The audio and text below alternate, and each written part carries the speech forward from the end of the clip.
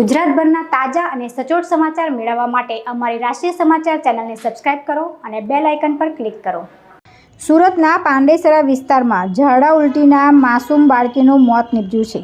માત્ર 1.5 મહિનાની બાળકીનું ઝાડા ઉલટીમાં મોત નીપજ્યું છે। 1.5 મહિનાની રોશની દેવકુમાર વર્માનું મોત નીપજ્યું છે।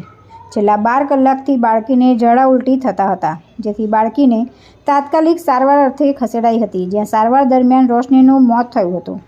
પાંડેસરાના કૃષ્ણનગર ખાતે રહેતા મૃતક બાળકીના પિતા દેવકુમાર વર્માએ કહ્યું કે બાળકીના મોતનું કારણ આપતા તબીબોએ કહ્યું કે તે બહુ નબળી હતી, જેના કારણે ઝાડા ઉલટીથી તેનું મોત થયું છે। અમે વિચારી પણ નથી શકતા અને સમજી કે માની પણ નથી શકતા કે અમારી માસૂમ ઢીંગલી માત્ર ટૂંકી બીમારીમાં જ અમને છોડીને જતી રહી છે। તુલસી શર્મા સાથે રાષ્ટ્રીય સમાચાર, સુરત।